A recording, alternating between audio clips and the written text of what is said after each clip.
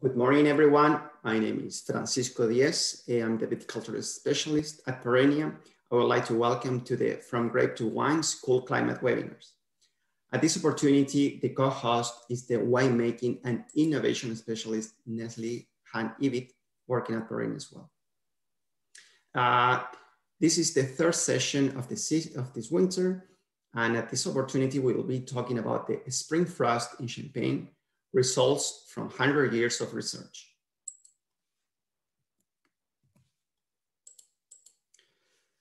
Before entering to the presentation, let's do some housekeeping. All participants will have their audio and video turned off during the webinar.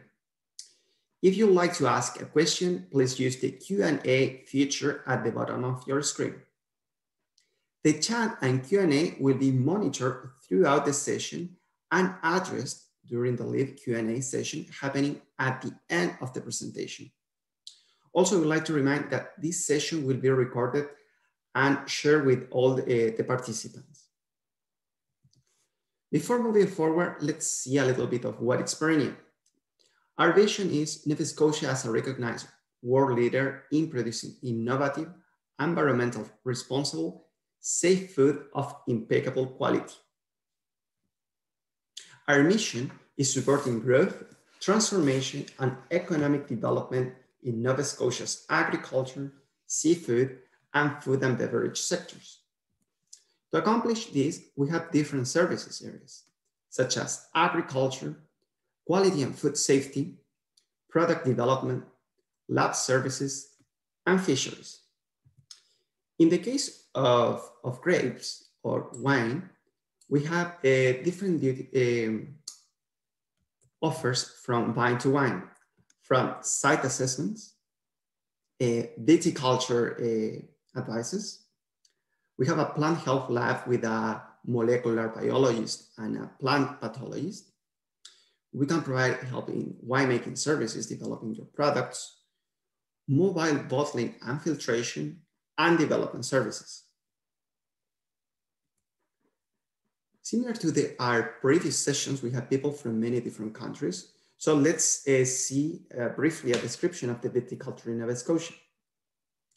Nova Scotia is a peninsula surrounded by water, and it's important to highlight the Bay of Fundy, which has one of the highest tides in the world. This helps us to avoid the extremely low temperatures in winter. Climatically speaking, Nova Scotia has around 1,100 growing degree days and 160 days frost-free days. In terms of varieties, we have different specific hybrids and Vitis vinifera. In the last couple of years, Nova Scotia had a frost, more precisely in June 4th of 2018. A late spring frost affected both hybrids and Vitis vinifera, and only some areas were able to skip the frost due to the geography, topography, or even the delay of the grape phenology. In these pictures, you can see how there were different situations in Nova Scotia where affected the whole plant. Some shoots, they had a serious damage, and others not so much, or as we mentioned, no damage at all. Frost is not new in the wine growing regions in the world. It's happening all the time. But some regions, they have a delay. They have dealing with this since a long time. And one of the good examples is Champagne. That's why we have invited to this discussion Dr. Basile Pauthier, who is the terroir project manager of the Comité Champagne. Basile is a PhD in agrometeorology and Master of Science in Environmental Science. He is currently in charge of the geological, pedological, and meteorological part of the research. And spring frost is one of his important topics to be studying and analyzing here. Every year, 5 to 10 different frost fighting techniques are tested in Champagne and in other regions of France. Basile? Thank you, Francisco. I would like first to thank Perennia to invite me to for this presentation. And I would like first to apologize for my French accent. I will try to do my best to be as clear as possible during this presentation. So I will talk you about the results from the research about spring frosts in Champagne since more or less the last 100 last year. First, I will present you a bit the Champagne appellation. Some key numbers about this appellation from the northern part of France. It is dispatched over two main regions, the Côte d'Ivoire and a big block in the Marne and department in France with the surface of 34,000 hectares, dispatched in 278,000 plots, sorry. Three main grape varieties are grown: the Chardonnay, the Pinot Noir, and the Meunier, by more or less 16,000 vine growers. And the mean number of bottles in a year is around 300 million bottles. Now, I know that it's a bit ambitious for a French guy to talk about frost to Canadian people, but I need to do that for the next part of the presentation. So we know that there are two main types of frost: the radiative one and the advective one. The radiative one is occurring during anticyclonic conditions with a clear sky and no or weak wind. During these conditions, a clear sky makes a negative a loss of infrared rays and a decrease of the temperature. If the relative humidity is high, that will give what we call in France the white frost. And if the relative humidity is low, that's what we call the black frost, because there is no ice on the buds. During the advective events, there is often a polar jet stream which will advect by the wind some cold temperature. That's what we have now in France, and that's why it's pretty cold outside, but maybe not so cold for you. This is a classic winter situation, but it can also occur during the spring. And in 99% of the situation, the relative humidity is low, which gives almost always a black frost. The main difference between these two types of frost is the wind, and it will be important for the rest of the presentation. Now, some stats about the frost in Champagne, the spring frost in Champagne, not the winter frost, but the spring frost.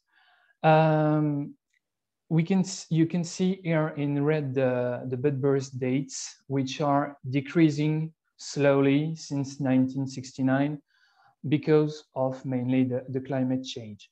And you can see that in the same time, the trend is that the frost damages are increasing during the same period.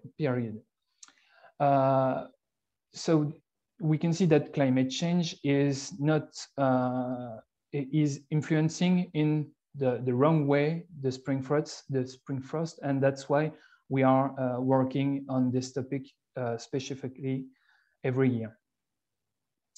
Now, a little bit of history of the frost fighting in Champagne. It began in the 19th century with beginning of the research by burning almost everything which can be burned. Straw, wood, and sometimes when it was available, some fuel. During the 1930s, some petrol heaters and smoking machines are used and developed with the availability of petrol in France, which was easier to obtain. In the 50s, that's what we call the expansion of modern methods, because there is a real interest for frost fighting techniques in Champagne, with heater, sprinkling, water sprinkling, and candles mainly. In between the 50s and the 90s, frost is still present in Champagne, but decreasing by around the 80s, and in the 1990s, the yields are pretty high and the frost is pretty rare. That's why there is a decrease of the use of frost fighting techniques. In 2000, the Champagne houses banished fossil fuels to fight against frost. In 2002, frost forecasts are available for vine growers who still fight against frost. And in 2007, that's a key point, with the establishment of interprofessional reserve, which allow to stock some clear wines during the good years with a good yield, and to use these clear wines to maintain quality and to compensate a frost event during the bad years. Now I will present you what I call the passive fight. That's a lot of points that are pretty easy to do, and some of them are pretty costless to fight against frost passively. You can act to prevent or limit damage with these factors. First one is planting. You have to study the topography to know where the air will flow, and avoid walls or bushes that can retain the cold air and make some frost lakes. That's what we call frost lakes, some cold temperature presenting like a lake. The variety is important, and you have to choose the right variety in the frosty area and avoid the early bird burst varieties in this area. The pruning is also crucial, because the earlier you prune, the earlier the bud burst will be. So try to prune as late as possible the frosty area in order to delay the bud burst. The grass cover and the mulches are also some factors that can increase the frost, because the infrared release from the soil will be limited during some radiative events. Tillage is also a bad point, because the heat absorption is limited and the humidity release will be increased. So the frost damages will be increased also. So try to not till your parcels when you have some forecasts saying that it will be frosty in some in the next weeks. I give a resume of that by the next sentence. A grassy Chardonnay plot with a north orientation in a lowland next to a 7-foot elevated road proved the November the 1st is potentially more sensitive to frost. Now, the frost fighting techniques that are present in Champagne, we found the most classics one, like water sprinkling, solid, liquid or gaseous fuels, the air circulation, an elicitor that I don't know if it's available in Canada, electric cables, and other one like warm air piercing or straw burning. We studied all these techniques to know what what are their efficiency, the cost, and of course the environmental footprint, to know if we can validate them and to advise as we can the vine growers in Champagne. Now I will present you the different techniques we are with their advantage, disadvantage, the efficiency, and the cost. All the costs that I give you are directly converted from euros to Canadian dollars, but I don't know if the price will be the same in Canada because of taxes, of import possibilities, and some other points like this. So the first one would be water sprinkling. It has been largely tested and proven in Champagne and other regions. Its protection can be of 100% if it's correctly done. I say correctly done because there is a crucial point, which is starting of the technique, the dispositif.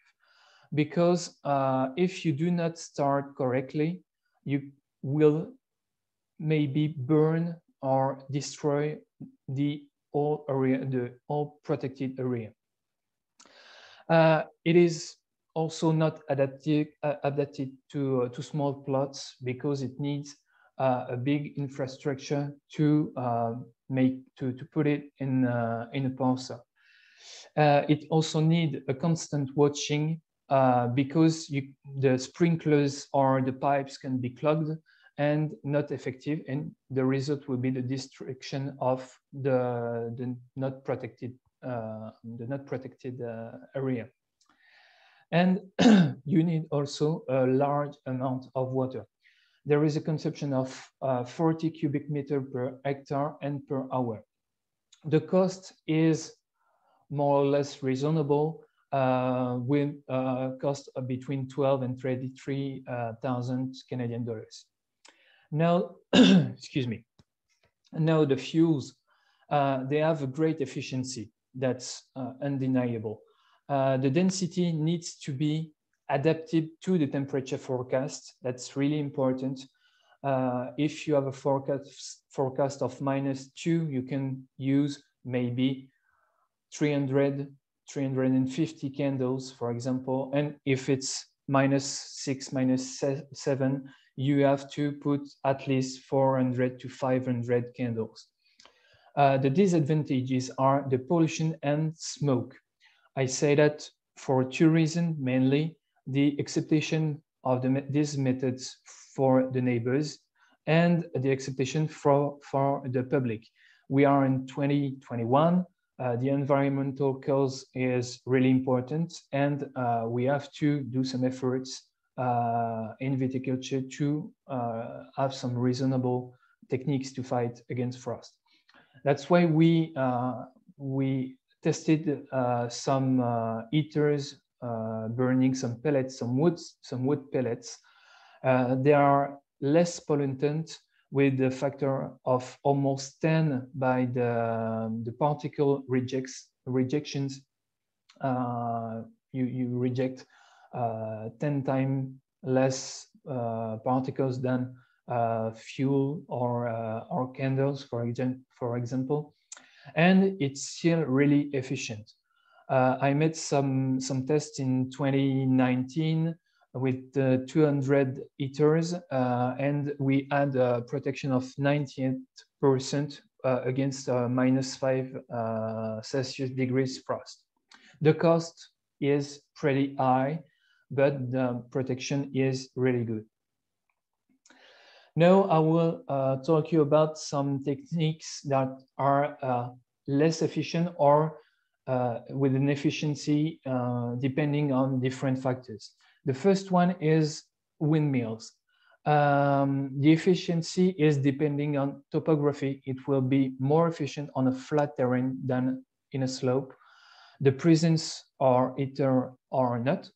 The type will more condition the range of protection than the efficiency in itself. And the frost type, it will be only efficient during radiative events. When there is wind advecting some cold air, it will be useless to start a windmill.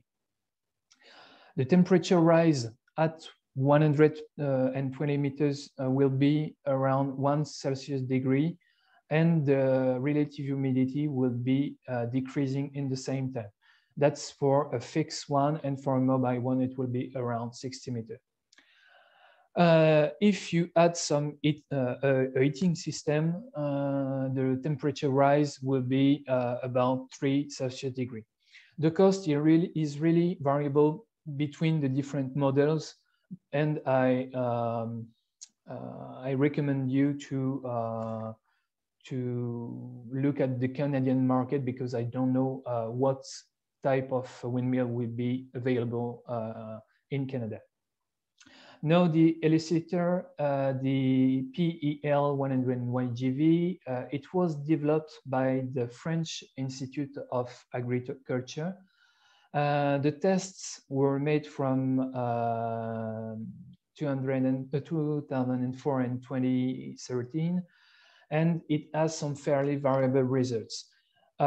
First, you need at least a stage of 1 open leaf for application, otherwise it will be not efficient. The plant needs to absorb this elicitor to be protected. And the effectiveness is really variable, but the mean is around 20–25% of protection. Compared to the cost, it's pretty, it still has a good effectiveness price ratio. Now the electric heating cables, they have a good efficiency on medium frost. It will be not really efficient on a frost at -9 and 40 kilometers per hour wind. But with a radiative frost with a temperature around -3 or -4, it will be quite efficient. The process is still not well understood by us. We don't know if it's a sap heating with a sap circulation during the frost event, but we think that the sap is not circulating fast enough, or if it's the direct radiations of the cable that are protecting the shoots. The advantage is that it is possible to make that fully automatic with a temperature sensor. It is environmentally reasonable if it's directly connected to the electric network, but if it's connected to a generator, it's less environmentally reasonable. The main disadvantage of this method is the cost, because it's pretty expensive. Now the Duraflame logs, that's the same thing than the candles, but the combustion time is shorter. So you have to double it if you know that the night will be long. If you know that the frost will be long. That's the main problem with it, and the results are clearly depending on the length of the frost. Now the frost grab, it's a process of warmer pulsing. It is a gas heater who pulse the air, and the consumption of gas, that's butane or propane, is around 10 to 15 kilograms per hour. The main problem to my mind with this particular technique is the range, because the manufacturer range is around 50 meters and the measured is around 15 to 20 meters when it's flat. So that's pretty expensive for the protected area. Now I will talk about straw burning because it's a technique that is used worldwide, and it is mainly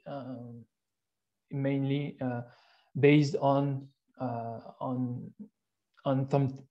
some believing that are not really scientifically correct.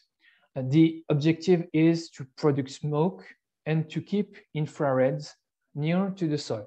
And also, sometimes when we ask to wine growers who are still using this technique, they say that the smoke will protect the buds from a solar burning at the beginning of the day.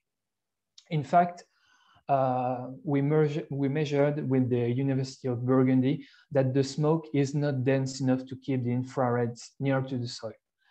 And we do not see any efficiency of this method on frost. We had the same damages than in a control area with the same damages in the boss area. The main disadvantages of this method is the acceptance of the neighbors, because smoke is smelling pretty bad, and it can present some problem also on car safety. When we made this experimentation, we saw a car accident. So that can be pretty problematic. And the main problem is that it does not work. So the straw can be considered more useful to protect vines by covering during winter. For example, it works, but not during spring frost events. And know that's what I call the exotic technique. The first one is bud waxing at swelling stage. The research effect is a delaying of the phenology from 1 to 2 stages. And we saw an efficiency of more or less 30%. The disadvantages is the application time. You need to apply the wax with a brush on the buds, and that finish less. And the other problem is the question of the wax degradation in the soil. And my favorite of the exotic techniques is the proteodyst transmitter, which is more or less than a sound box.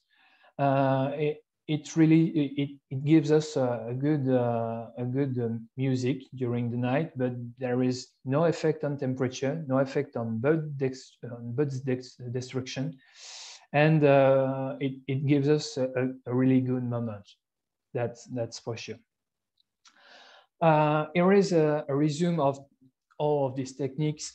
I will pass a bit fast on this table, but you can see that sprinklers, fuels, pellets, and heating cables have the best results. The environmental footprint is also to take in account, because it's really important, and the cost are also because that's you need to take this in account to know if it's affordable or not for your exploitation. Now I will present you the techniques that we do not have already tested in Champagne, but which are existing in the world, and maybe you can have in Canada. So the SIS is more or less based on the same process than windmills. This is the opposite of windmills. With windmills, you take the hot air in the sky, you put it, you advect it to the ground, and with the SIS, you take it from the ground and you blow it up to 10 meters. And logically, the cold air is replaced by a warmer air coming from an upper layer of air. The advantages are that it is removable with a low fuel consumption because of small engines. The protected area for the biggest models seems to be pretty impressive, with a maximum of 5 to 6 hectares. And the limit naturally is the same thing that for windmills, is that it's not working on advective frost. The price is in US dollar because I saw the price in the US. The frostbuster is the same thing than the frost guard, but it is tracted by a tractor. And the main problem for us is that it is too large for Champagne, so I can't test it. But it can be interesting for Canada, for Nova Scotia. And the price is, to my mind, if it gives some good result, more reasonable than frost guard, because it can cover more a bigger area. Now the heat ranger is also warm air piercing technique, but it's a mix between the frost guard, the SIS, the frost guard because it warms the air, the SIS because it pumps the air, the cold air on the ground, and a 5-meter high windmill. The engine and the burner are using different fuels like LPG. Hydrogen version is also coming, and it can also use oil.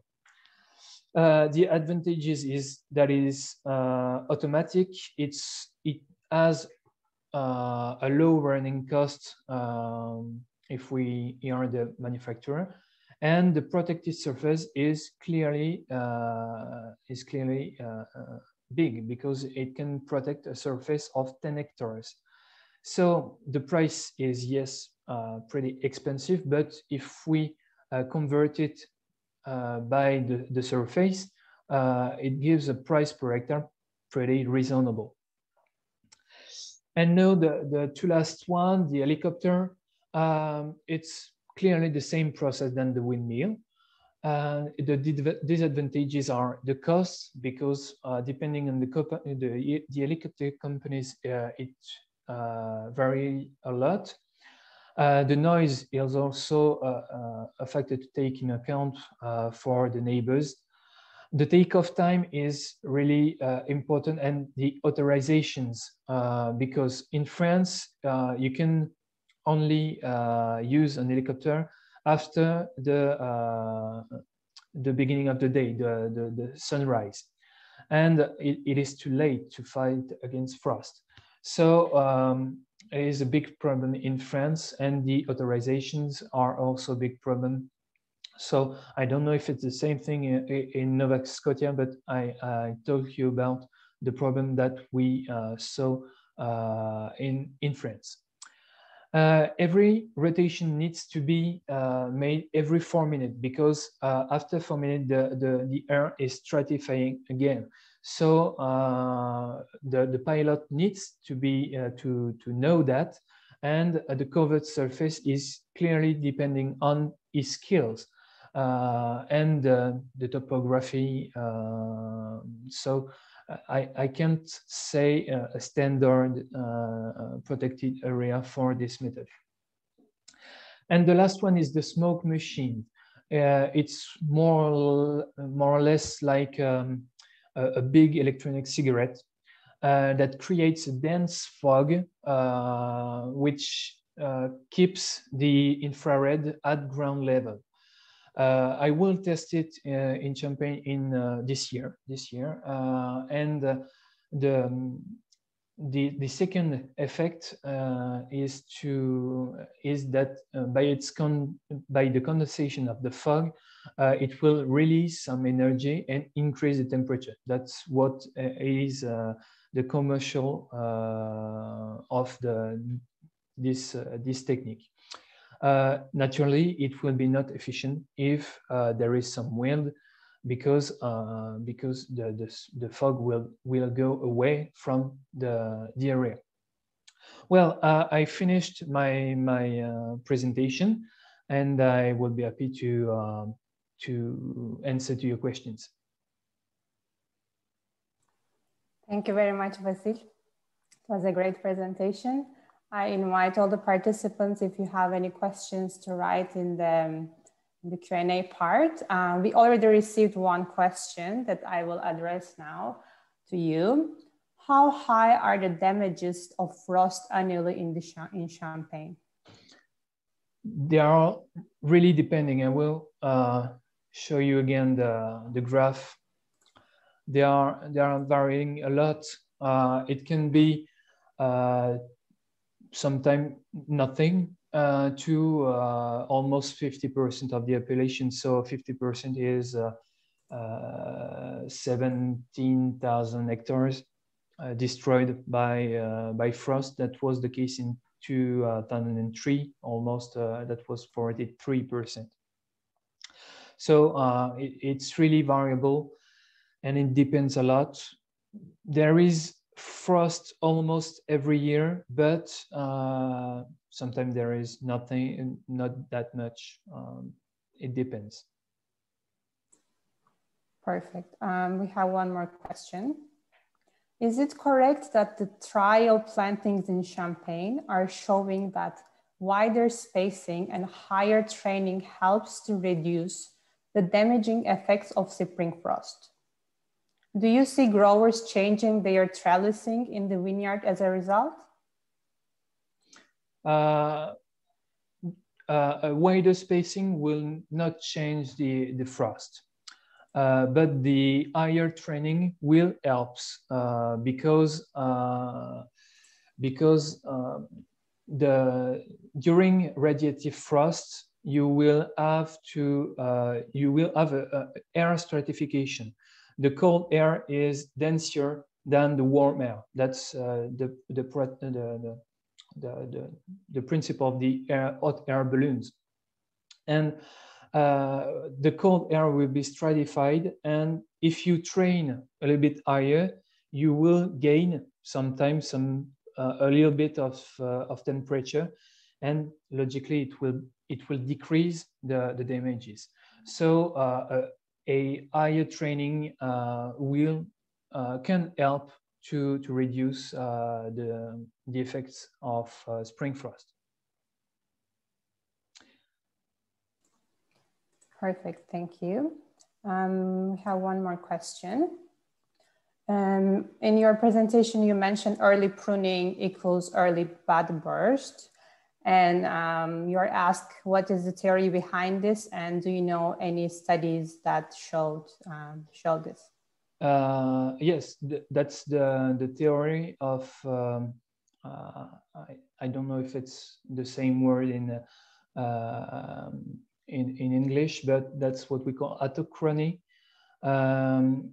The last shoot, the last buds of a shoot will burst the first, and if you the sap will go to the end of the system and make the burst the last buds last bud burst the first. If you prune when the sap is already giving some energy to the last bud, and if you prune later, you will have a bud burst delay. We made some experimentation on Meunier variety, and the difference between a prune in December and a prune in late March is about 10 to 12 days. Perfect, thank you. You have questions coming. Mm-hmm. So what are the best terrain to help combat frost collection? Any examples from Champagne landscape? The best terrain, I don't understand the question. I think meant the topography. I think yeah. that was. It's clearly easier in flat terrain. It's clearly easier. When you have slope, you have airflow occurring, and it's harder to fight against frost with windmills, for example. But you have some solution for every type of terrain. That's why I say that it is important to take into account the topography when you decide to buy a frostbiting technique. Perfect. And could you let us know which technique is the most common in Champagne? Now that's probably a fight again. Windmills and water sprinkling. We have some heaters also. The pellets heaters are really growing in the region, but the problem is that some temporary techniques, they are not here all year long. You can see only the pipes from sprinklers, from water sprinkling, and the windmills which still in place after the spring frost. So we don't see every techniques that are present in Champagne, but mainly water sprinkling and the windmills. Perfect. And you were asked, does proper authorization to fly a helicopter allow it to be flown earlier in the morning? There are some authorization in France. I know that some grower groups had some authorization to fly during the nights, but the pilot needs to be qualified to do that. They are often coming from the French army and not from the French army. There are former French army officers. Perfect. One more question. Have you ever looked into the use of kicker cane on grapevines for delaying bud burst and preventing frost damage? I'm sorry, but I don't know what is a kicker cane. I will maybe look for a translation in French when you can give this my email address to this person. I can personally answer to her when I will know what it is, but I don't know what it is. Perfect. And another question, where does Champagne source its water for the sprinklers? It depends. It depends where it is implemented in Champagne. Most of the time they are pumping in some rivers, and sometimes they have some retaining lakes that allows to be pumped for sprinklers, for water sprinkling. Ah, le pampre, kicker cane, pampre, très bien. Donc c'est l'épamprage, mais c'est...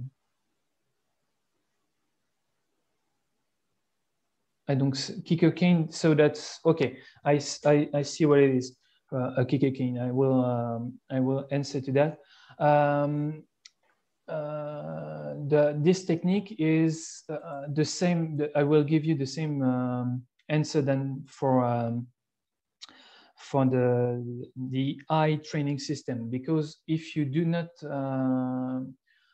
attach your cane to the link, you will gain some height, and you will reduce the risk of frost. But if it's an advective frost, or if the temperature is pretty low, you will have some damages on the vines.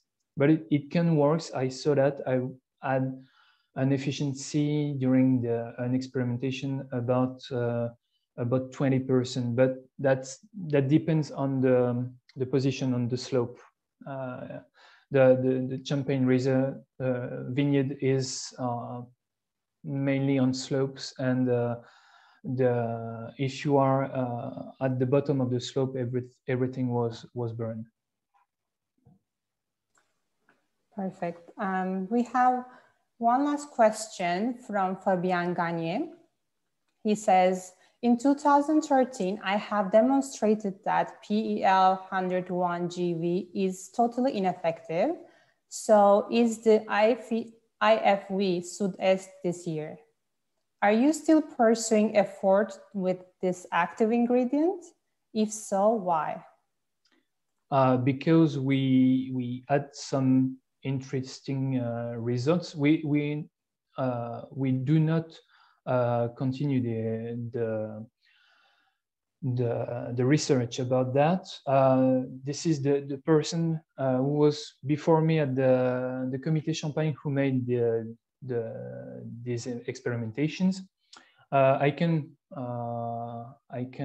talk about this with Fabien Gagné. I think he is in France, so we can discuss about that. That's not a problem. And we had some interesting results, clearly depending on the intensity of frost and the dose, the application dose that was made on vines. So we are not still making some research about this product. I tried some other ones, but I believe that this, and I saw some effectiveness of this product. Perfect. We have a couple of minutes more and more questions coming. Peter Douglas says, I heard that the reflection hasn't been proven. Does radiation reflection from soil to wine work? Radiation reflection, if it's the radiation emission from the soil, it is clearly the basis of the radiative frost. This is the loss of infrared that makes a part of the temperature decrease. If you can reflect the infrared, theoretically, you will limit the decrease of temperature. That's the principle of the smoke machine. I don't know if it works now because I do not tested it yet, but maybe if we can find something reflecting the infrared, it can help to fight against frost. Perfect. One last question. Has there been any testing of frost control with drones, similar to helicopter, but in a smaller scale? I know that there is a project from a French startup to fight against frost with drones, but there is two major points that you need to know. Drones are at smaller scale, and you need to blow some air down from an height of 10 meters, around 10 meters at least, to find some warm air, some hotter air than on the soil. So I don't think that the direct effect of the drone will be interesting because of its scales and the power of the drone. It will be not enough, but there are some other tools mounted on the drone of this startup, but I don't see it since a long time. So I don't know what is the principle that the French drone is working. Perfect, thank you, Basile. We have a couple of minutes, so I will get the last question. This one, the last one. nucleation products such as COSID were once thought to be useful. Is this still potentially useful? I don't know. I've never tested this type of product. That's a joker for me. I don't know. Perfect. That was it. Thank you very much, Basile, for your presentation. And thank you all the attendees for their questions as well. It was very interactive. Thank you very much, Basile. My pleasure. Thank you very much to Basile, to this nice presentation and to see all the activities and research done in Champagne. Thank you for joining us in this third session of from Cool Climate webinars. I would like to invite you to join us again for the next session, this time of enology with Dr. Matt McSweeney, to talk about how do consumers describe Nova Scotia wine. This will be on Thursday, February 25, 2021 at 12 p.m. Also, I would like to invite you, if you are here in Nova Scotia, to the Minister of Agriculture digital series. It's different sessions to talk about current topics